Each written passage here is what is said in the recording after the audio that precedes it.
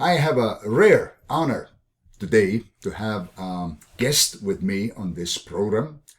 Her name is Sandra Baldry. Baldry? Something similar? It is something like that. That's good. Anyway, I've been rehearsing it a little bit. Sandra has been visiting Estonia and traveling to different cities. She's just spent some time here in Pärnu, spoke for our church on Sunday. I encourage you to watch this on Facebook. And she also spoke for ladies' tea night or something like that last night, which was good. And I wanted to do, Sandra, with you a quick interview before you go back to Tallinn today, this afternoon. And first of all, you come from USA, right? From North Carolina. What city? Yes. Or village? Yes. A little village called Merritt. Merritt. Okay. Yeah, near a city called Dubern, which at one time they were going to make the capital of North Carolina. Mm-hmm. But now, as if you know about North Carolina, Raleigh is. But I live in a small village. Yeah. I've been there, but not in that place, of course. I was with you about 20 years ago. A while. Yeah. We were kids. All right. But Sandra, I want to ask you first, how did you find your personal relationship with Jesus? What was your story like? Where did this whole thing start from? Yeah. I sensed something as a child. Mm-hmm. I did. I remember that I did get to go to church a couple times. I think that curiosity was planted. Mm-hmm. And then, I went off to university, and I got into this, world, what young people do of partying, alcohol, perhaps. Oh, maybe a little alcohol was involved. Yeah, yeah, maybe. Yes, and really, more alcohol than was good for me or anybody. And I was, what word am I looking for? You'd think I was trying to speak in Estonian. You may speak, but it's a program in English. So. But yeah, you start to compromise. Mm-hmm. So I got involved with this young man, and we got married, and there was still lots more partying and drinking, but for him, it really, I learned later, it was like demonic. When he drank, he got very abusive, violent, very just violent, where I was, hurt badly. Yeah. And even had to go to the hospital. Wow. Yeah. Sort of like even afraid that something could physically happen to you, Yeah, well, actually, he threatened me with that. Okay. He would tell me, if I told anybody that he had done these things, or if I left him, that he would kill me. And I had a lot of fear. So eventually you had kids with him? Yes, I had 2 children. Yeah, but life wasn't working out? Absolutely not. So where did that lead you next? What happened next afterwards? Yeah, what happened next was I was saying how God just will send someone. Mm-hmm. And he did. And it was a lady that I was working with. And she had this sense. She asked me to lunch one day, and she said, mm-hmm. "Is your husband hitting you?" And I said, yes. Well, it's a long, lengthy story, but she made a way for me to get away. My whole workplace supported me, and where they gave me more than a month off from work, and I had police protection for several months to protect me from that, but eventually you moved still away, right? Yes. So the danger was still there. Yeah. So yeah. You had to leave the home, I had your relatives, leave my everything state. familiar Yeah. to you. Yeah. Yes, I did. And so you ended up in the state you are now. Yeah. Is that correct? Yes. So I ended up in North Carolina. Okay. And that is where I met my husband. Mm-hmm. My current husband. Wayne. Okay. Yeah.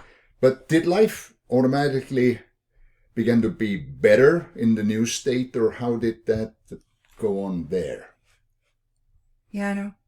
I went there, so it didn't get better. I took me with me. Yeah, you brought your problems with you. I did. But, while there's a little bit of humor there, mm-hmm. there was a lot of hurt. Mm-hmm. A lot of hurt. And I didn't have any idea what to do with that. And the only thing I had been doing was getting a drink, an alcohol, and, thinking this makes me feel better. But it turned on me. Mm-hmm. And I didn't feel better anymore. I felt terrible. I woke up feeling terrible. I went to sleep feeling terrible. And, it just added more guilt and shame to my problem until... Did you actually become addicted to alcohol? Absolutely. Mm-hmm. I did. Mm-hmm. I became addicted. Did you drink actually every day or for weeks, or how did that? Yeah, I would try not to drink some, because I had to go to work, but I'd maybe be able to stretch that a few days and drink near the end of the week from Thursday, Friday, Saturday, try to sober up enough to work on Monday. Mm-hmm. But it got to the place where I had a drink sitting on my nightstand. Mm-hmm. So whenever you needed it, it was there. Sometimes it wasn't, right? And you ran out. Yeah. But the thing is it became where I needed it. I mean, I could feel I was coming unglued. Mm-hmm. Just my physical being. If a person has never been addicted to a substance or whatever, maybe you can identify, but it's just a terrible anxiousness, just feeling like you're going to fly apart in 1,000 pieces. Mm-hmm. And then, the alcohol just takes that and calms it down. So, but, one morning in the middle of all that, I got up and feeling just horrible as I had been, or I could be. And I just cried out to this God that I'd been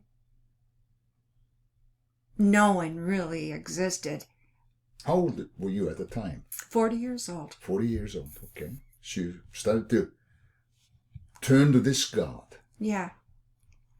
And I said, I don't know you. Mm-hmm. I don't understand you. I don't even know which God of these gods. Mm-hmm. You are, yeah. Yeah, do I choose? Mm-hmm. I cried out to him, and I like to say that the help started coming to me then. Immediately. So what happened? So what happened is, I remember that in that prayer I said, God, I don't know what to do. I need help. And this small voice says, just do something then. Mm-hmm. Just do something. And what that do something was for you? Yeah, was I picked up the phone and I asked for help. Ask help from who? I asked help from, I called this telephone number that said they would help people who, were struggling with alcoholism. Okay. But I didn't get them. I got this suicide watch line. Oh, wow. And they just said, are you thinking? And I said, no, I'm not thinking about, I feel like I'm going to die, but I'm not thinking about killing myself. But I really was. I really was killing myself. Absolutely. And you were sort of afraid to perhaps admit that you were struggling with a problem like that, because it's not easy to call up somebody and say, listen, I need help, because we think we can quit, we can handle it, I'm okay. Did you had feelings like that? Yeah. Did you fight with these things? Yeah, oh, definitely. They call it denial. Denial. That's I was in denial for quite a long time. It's none of their business. It's blah, blah, blah. I can handle it. I only drink on the weekend. I only drink a certain kind of drink, whatever the case might be. Yeah, like it always is. But yes, when it came to that end part, that we were talking about, there was a lot of fear and shame and guilt, that I had. I was 40, but to me, for anybody who's 40, whether you're 30 or 40 or 50 or whatever, you start thinking, I've wasted. Exactly. Look at all I've wasted. And that's what the enemy wanted me to do. He wanted me to look at everything I wasted and stay there. And try to keep you captivated. Yes. Through fear that you will not reach out for help and stay within that bondage. It's up. And also keep you away from your destiny that God had for you. Yeah. Yes. I could have never foreseen that destiny. Not in that cloud of addiction. Not at that moment, at least. Absolutely not. Yeah. Absolutely not. So anyway, called up this number. What started to happen from there? What did they say, or what did you do from there? Yeah. I don't know what they intended. When we met this group, and you could meet there every day. Or maybe you can go to this group, twice a day they had, where you got together and just really admitted that you had a problem. Yes, exactly. Because that was the first step. First step of deliverance. Admit it. The first step. I remember when I said, my name is Sandra and I'm an alcoholic. Oh, and I could relate to the scripture when Paul said, he felt that those chains fall off from him. Wow. Like this weight left me. That was the beginning. That was going to be the beginning of my freedom. My freedom. I just kept doing that, and then one day, a couple of months into that, my brother was visiting, and he got really sick, and I had to take him to this hospital, and everything that could happen was happening. My brother was sick. There was a hurricane coming. All of the things that in the world when I was drinking what made me very panicky, and so I drove my brother to the hospital, and I stayed there. Then I couldn't leave there because of the hurricane. And so then my husband and my children were in one place, and I was in another place. And I remember that night I had to sleep at the hospital, And that was the night that I realized that God had answered my prayer and had delivered me. He had delivered me from the alcoholism, the desire, that all of that feeling, it was gone. So this was Wayne already in your life at that time? Yes. So Wayne married you while you were still sort of alcoholic? Absolutely. Yeah, he did. He did. Because, he was partying some himself. But it was evident pretty soon, probably to him and to me, that I had a problem. But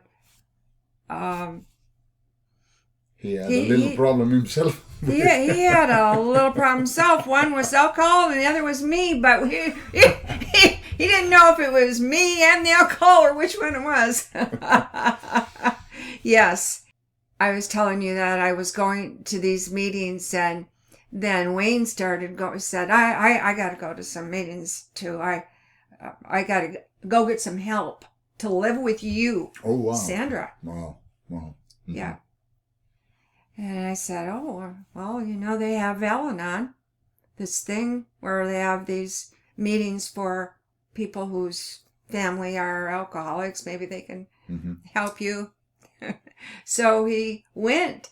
He didn't say anything to me. He went a few times, and he came back, and he says, well, I think I might go to those meetings you're going to. And I said, what? I thought to myself, he's just following me around, just do the same thing I'm doing. But later years, he told me that when he went to these meetings to help him live with me, he said an old man came up to him and said, son, I think you're in the wrong room. You don't have the problem we have, right? Yes. But he came over there for what? Was that this message, or that he wanted to hear that was spoken in that group, or this was because of you, or what was the reason? Right. So I was thinking, is he just coming over for me? But he did want to hear the message. And so then this, it was a great thing, because we had both decided that, and admitted that we had a problem, and decided, that we needed help. And, but in these meetings, now this is how God works, I think. I don't know what anybody else was hearing, but I was hearing God. What you need is God. Who you need is God. Who you need to turn your life over to is God. Who has all the power is God. And this, truly, I was broken enough to lay it all down. Lay it all down. Yeah. So did you actually give your life to God in that group, or you went to church, or how did that actual decision come about? No, my decision, I didn't do it in that group. That, they were talking about God, but they weren't decisive about Jesus, or, it can be whoever you want. Okay. It can be whatever you want. Yeah, sure. They were for your freedom rather than relationship with Christ. They wanted I believe so. You to be free of alcohol rather than, connect with God. They wanted you to be free of alcohol. They did know that you needed this connection with God. But that is your choice. Because really it is about making a decision if you're going to follow Christ or if you're not. I remember saying, I need you. I want you. I want to do your will. I want to live my life for you. I need this forgiveness of my sins. And, I'm going to trust you. And so that's how it was. Really, it happened at home. Yes. Sort of. Yeah. Yes. Just between you and God. Yes. Mm-hmm. Yeah. Okay. Now you received Christ into your life, like made a commitment. You had already believed in him, probably from the early age, like you mentioned.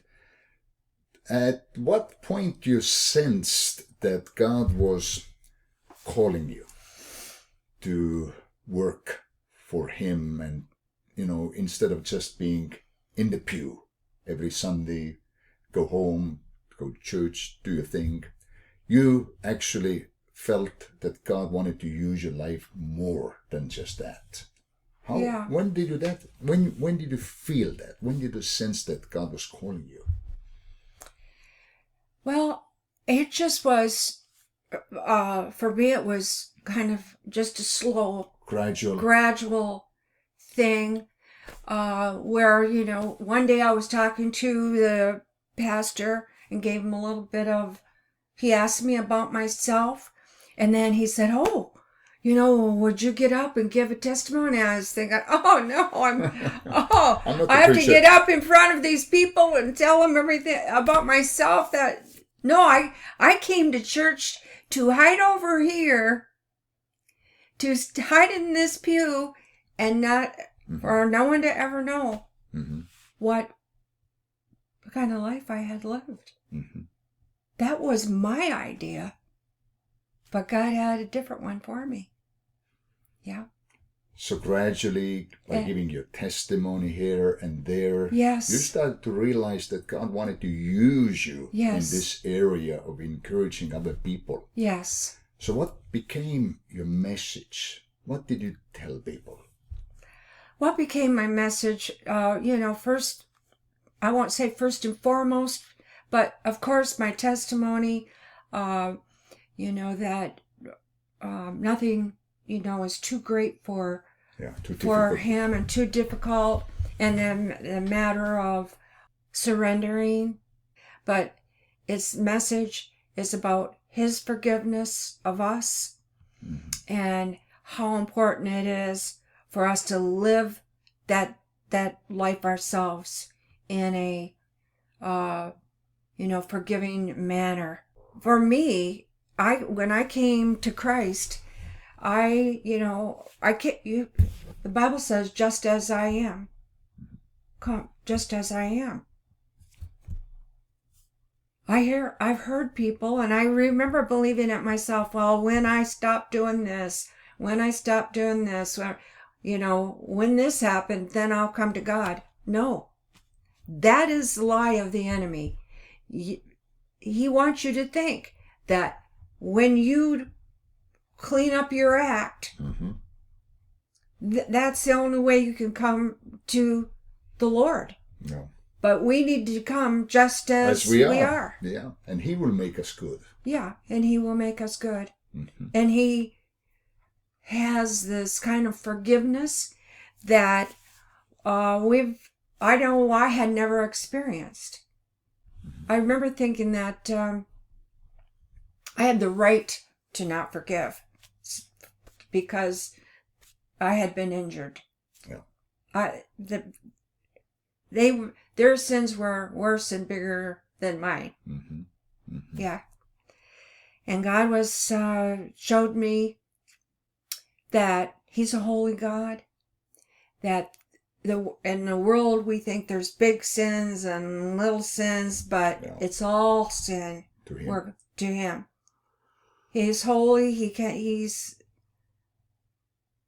can't look at sin. He sees us through his son Jesus. This is my visual, is he sees me through his son. That's the only way that he can see me, is I've accepted Christ as my personal savior. He sees me through his son, who is perfect, and that's how he can look on me. And that makes you perfect in his eyes. Yes.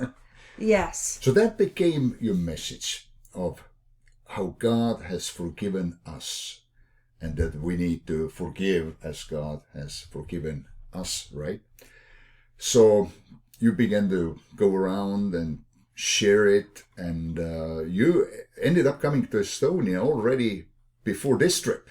Yes, years ago, 1996. 1996, your first trip to Estonia? Yeah. And then you came second time, right?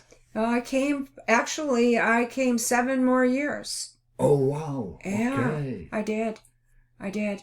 So Estonia has been one of your mission fields here. It's been one of my missions fields. And just had a genuine love for the Estonian people. I remember... That includes me. That includes you. Yeah, I remember crying when I left here.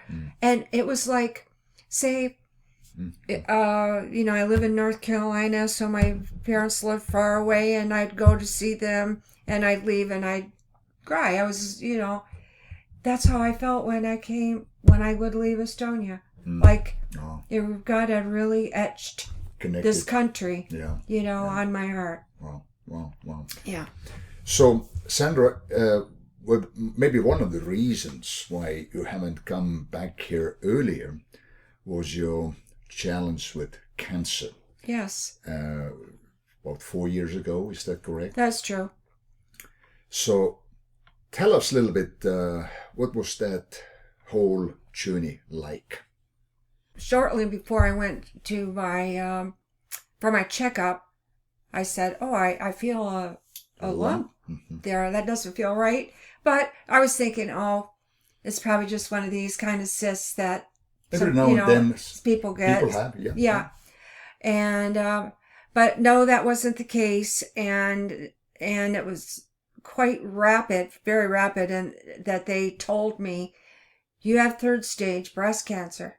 So it was quite aggressive. Yes, it was quite aggressive, and it was going to be very aggressive.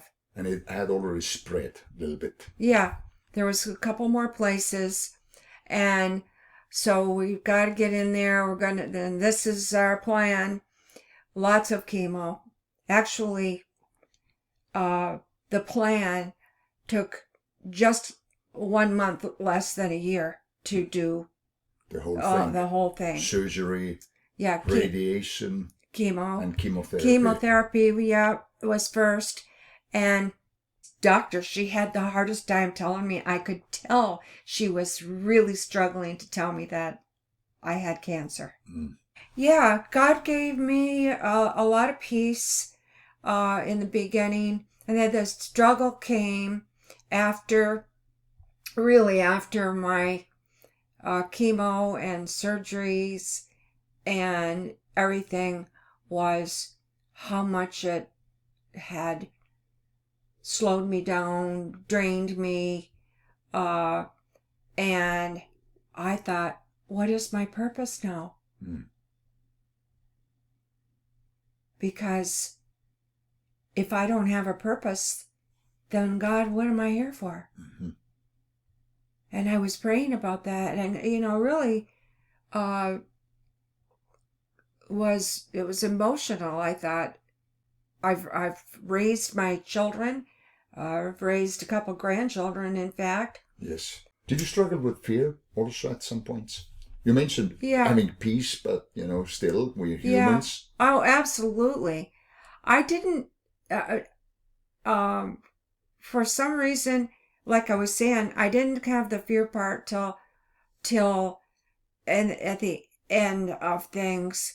Then I started feeling afraid because I'd always consider myself strong, and my family was quite dependent on me for a lot of things. Even my, older kids, my husband as well. And, like I was Superwoman, I guess. And I wasn't Superwoman anymore. Yeah. And so I started feeling, I did start feeling fear. Not about dying, right? But no. More or less like what could happen if I was fear about living. Exactly. Fear about, what if... somebody's going to take care of me somehow, some way, or different things I cannot do any longer, or, Right, even being alone my husband might have to go out of town for a few days for his work. And I never had this fear before that, I need to make sure I have the doors locked, and maybe I need some protection. And this was new to me. Oh. But it was very strong fear. It wasn't a little bit. I can remember, God keeps saying to me, but I'll keep you safe. I'll keep you safe. I'll keep you safe. And it's just kind of like repeating that to myself. I have God. I have nothing to fear but fear itself. Like one of the presidents said. Right. At one point, yeah. Right. The fear, again, is a bondage. And I had been in that bondage. And guess what? The enemy wants to bring you back to it. Yeah. That's what Bible says in the book of Hebrews. That who through fear of death have been in bondage throughout their lifetime. So it wasn't actually death or the spirit of death itself. It was fear. So meaning the actual thing hasn't happened yet or isn't even here. But you, through fear, are hindered.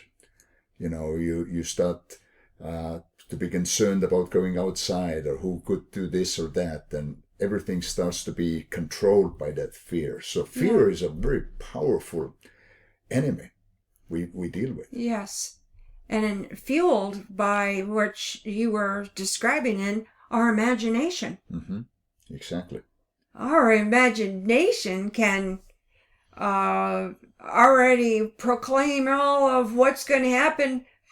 That's why Paul said, tear down all the imaginations and vain thoughts in the book of 2 Corinthians, talking about spiritual warfare, that the warfare happens in our minds, right? Yes. Enemy throws some ideas, imaginations. You're going to be bedridden. You're going to be in a wheelchair. You're going to die. Everything's going to go bad from here on. And you start to meditate on those things instead of promises of God and what's God actually spoken to you.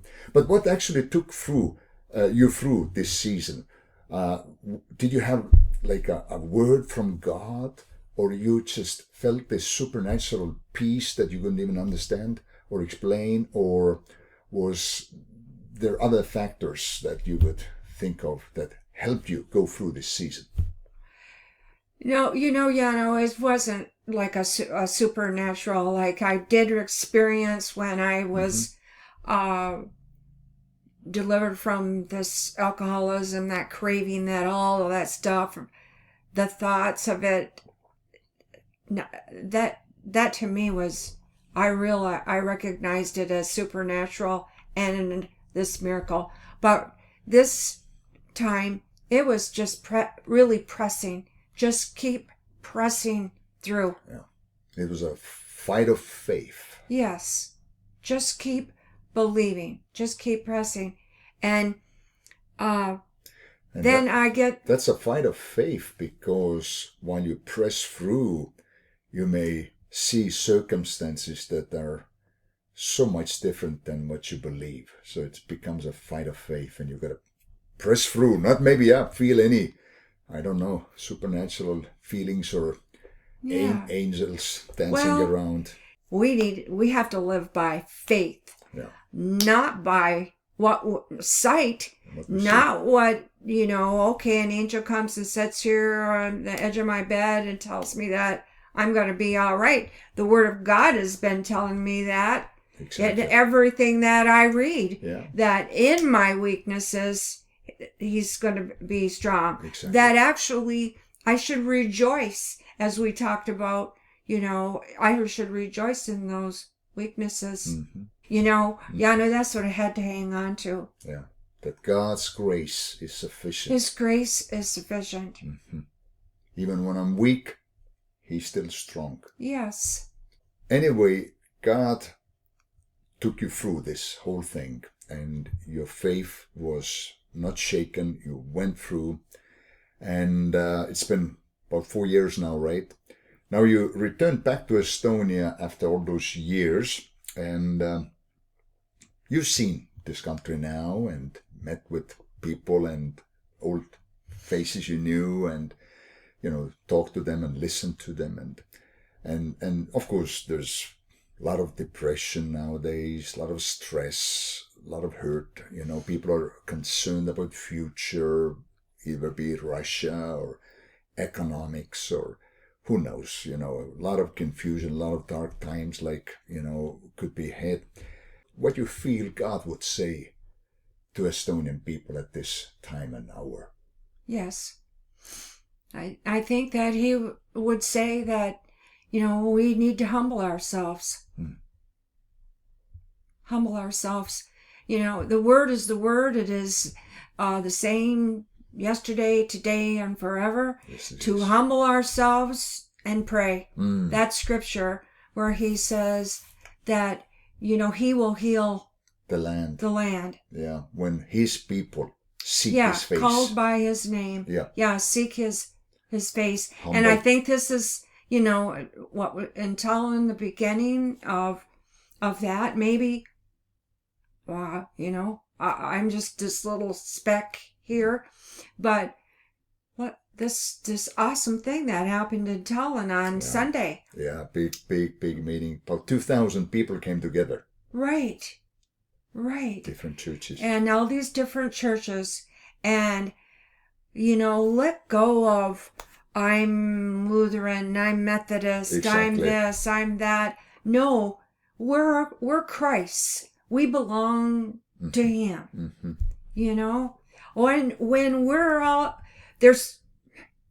God doesn't want us to be divided. All this division is what the world looks at and goes, who wanted to be a Christian? They can't even get along themselves. None of them believe. That's terrible.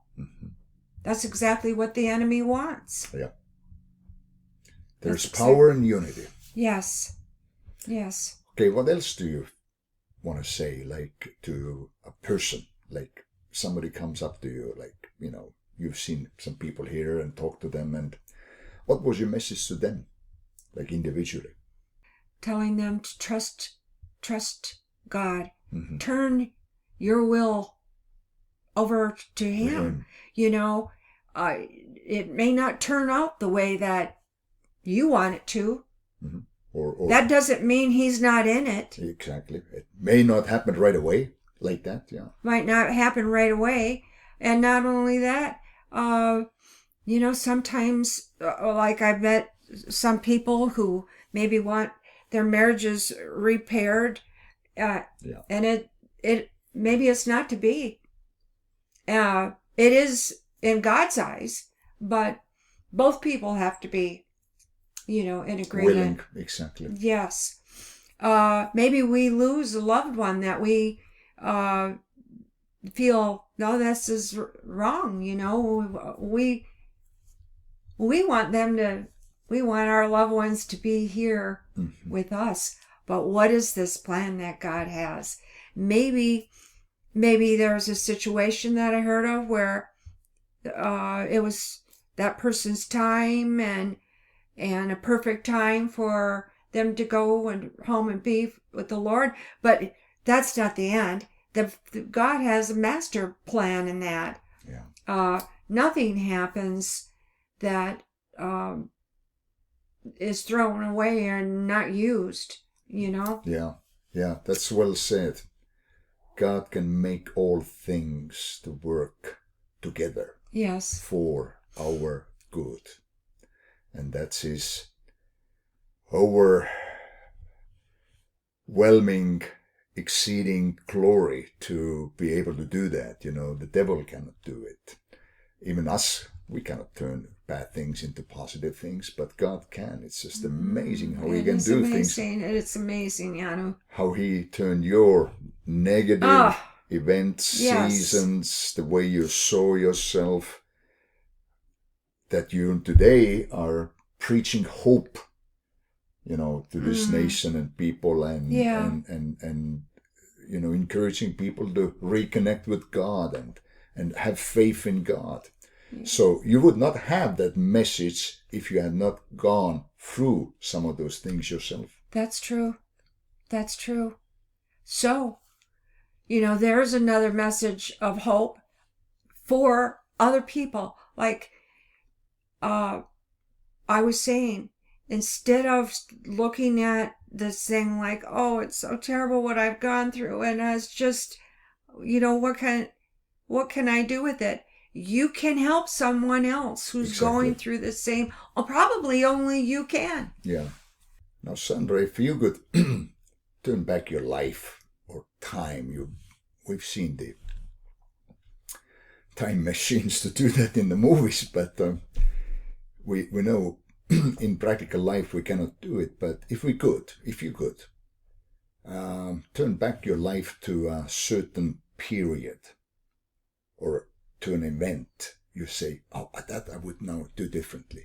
Would there be an event or season or time you would turn your life back to? No. No. Why?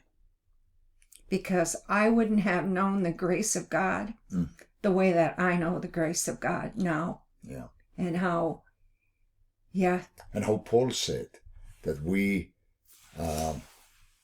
comfort others with the comfort that God comforted us. Meaning that it started in our trouble, God, encouraged us. Yes. And now we know how to encourage others. So yes. You would not be qualified to do what you do. There you go. Yeah. That's excellent. And that is what I meant. I mean, most of the times in the immaturity of becoming, when I became a Christian, I did think those things. I did think, oh, I wish I wouldn't have done this. I wish this never happened. But now you're totally in peace. But now I know. Mm-hmm. Yeah. Mm-hmm. Now I know.